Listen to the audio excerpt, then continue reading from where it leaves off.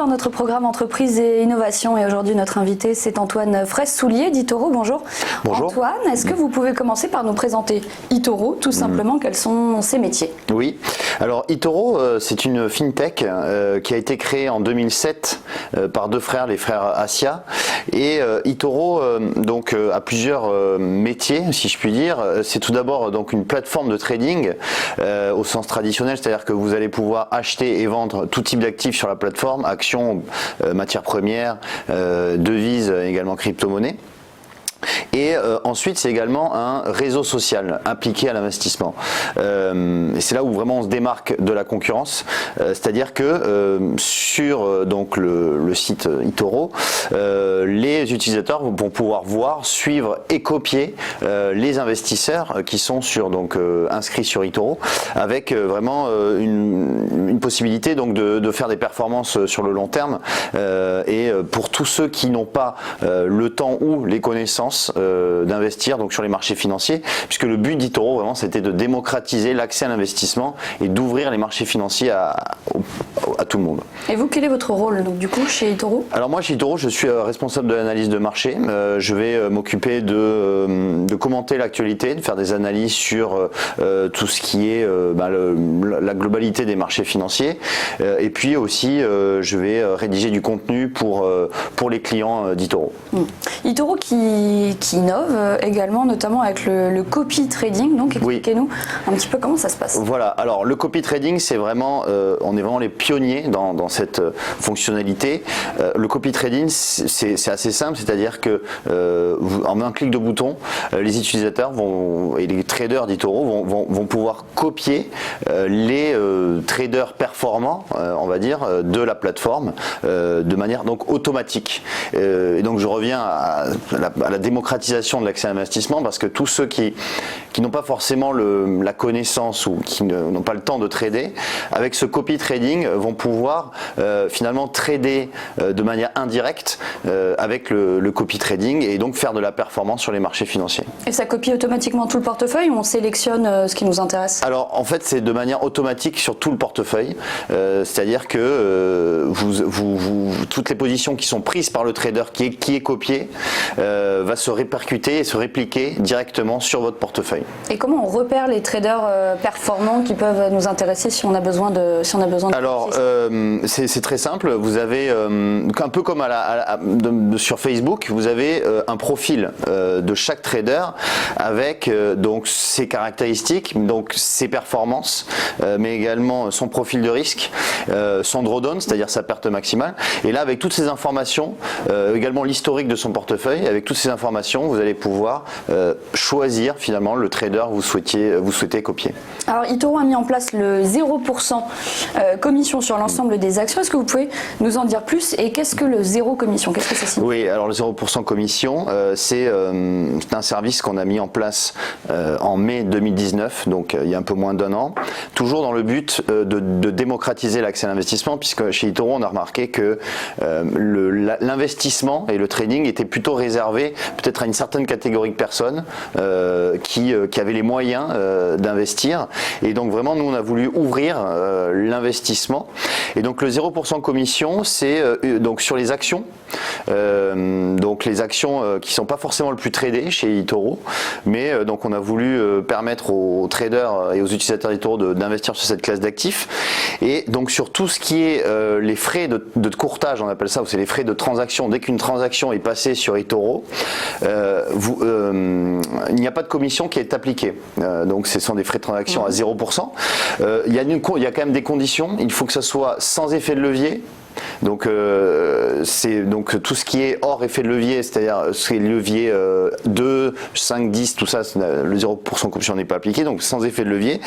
Et également sur donc uniquement les actions, voilà, uniquement les actions. C'est pas sur les crypto-monnaies, pas sur les devises, etc. C'est réservé uniquement aux actions. Est-ce qu'il y a des restrictions concernant le profil de la personne qui veut investir?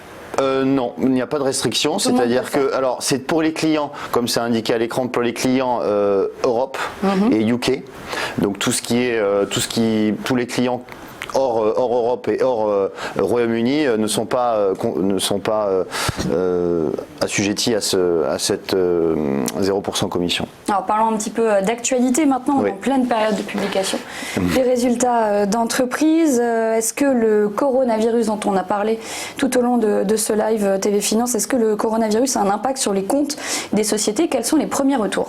Oui, alors c'est vrai qu'on a le coronavirus qui est apparu à peu près il y a un mois dans l'actualité et on commence à avoir un petit peu donc une visibilité sur cette épidémie. Alors, le coronavirus a la particularité d'être arrivé pendant les publications de résultats. Et on a vu que les résultats, donc c'est les résultats de 2019, sont très bons, vraiment dans l'ensemble. On peut citer, par exemple, en France, LVMH ou Google ou Apple aux États-Unis. C'est vraiment des résultats qui sont historiques. Et par conséquent, le coronavirus n'a pas eu d'impact pour l'instant effectivement sur les résultats.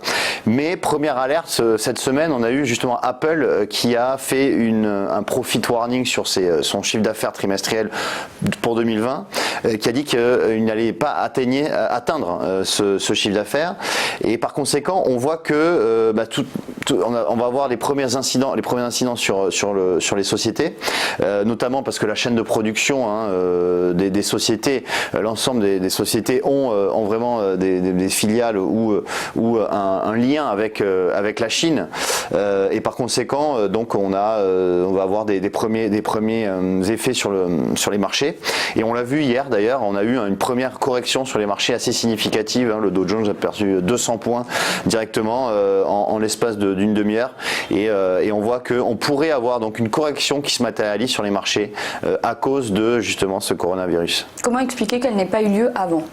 Eh bien, parce que finalement les marchés sont assez complaisants depuis plusieurs jours et plusieurs semaines, et c'est vrai qu'on a un optimisme en fait de la part des investisseurs, parce que aussi on a les banques centrales qui sont derrière, qui sont à la manœuvre. Derrière, on a la Chine, la banque centrale chinoise qui a injecté 250 milliards de dollars dans l'économie il y a 2 semaines, et c'est vrai que les marchés sont assez complaisants, et finalement on n'a pas encore les premiers effets du coronavirus qui commencent à se faire sentir, et du coup on avait les marchés qui étaient un peu trop optimistes récemment, mais ils vont revenir un peu à la réalité, à mon sens, pour très prochainement. Alors ça, c'était pour l'actualité mondiale. Les dernières actualités d'eToro. Voilà. Tout de suite, avec les portefeuilles d'investissement que vous construisez au sein du groupe, vous venez de lancer un nouveau portefeuille. Quel est-il ? C'est ça, c'est-à-dire que chez eToro, on a un comité d'investissement qui construit des portefeuilles d'investissement. Ça s'appelle les copy portfolio, et ces copy portfolio sont en général actualisés tous les mois ou tous les trimestres, et on a des nouveautés qui arrivent, et là le dernier en date, c'est le dividend growth, donc tout ce qui est lié aux dividendes. Et c'est un portefeuille qui est basé donc qui est construit avec des sociétés qui délivrent des dividendes importants dans le temps, et avec des taux de dividendes qui sont assez importants, au-dessus des 4% par an. Par exemple, lesquels ? Alors on a par exemple, si je regarde un petit peu les sociétés qui composent ce portefeuille, on a par exemple du IBM, qui est une énorme société technologique américaine. On va retrouver donc des sociétés américaines, essentiellement. On va retrouver du Coca-Cola, du Johnson & Johnson, et en France on a Essilor aussi, qui est le secteur de la santé. Donc en fait c'est vrai que le secteur de la santé délivre des dividendes assez élevés dans le temps.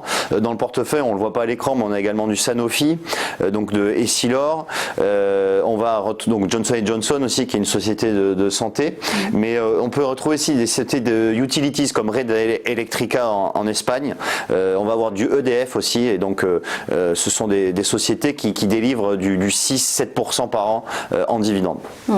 Et donc ce copy portfolio, ce portefeuille d'investissement, ça permet aux investisseurs, aux utilisateurs, d'être particulièrement performants. Oui, tout à fait, puisque lorsqu'on regarde les performances dans le temps, alors lorsqu'il y a un petit astérix, ça veut dire que c'est backtesté, donc les performances sont backtestées depuis 2018, et on voit que en 2018 ça a été négatif, mais les marchés ont perdu à peu près 10-11%, donc ça a quand même battu les marchés, et en 2019 on a une performance de 24% 1% sur le portefeuille, ce qui est très honorable.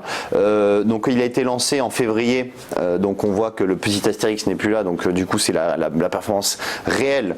On voit que eh bien, on a une performance de 1% en février, mais c'est vrai que les dividendes en fait ce sont des revenus qui sont garantis dans le temps, et par conséquent on a tout de même donc un portefeuille qui doit délivrer des performances dans le temps.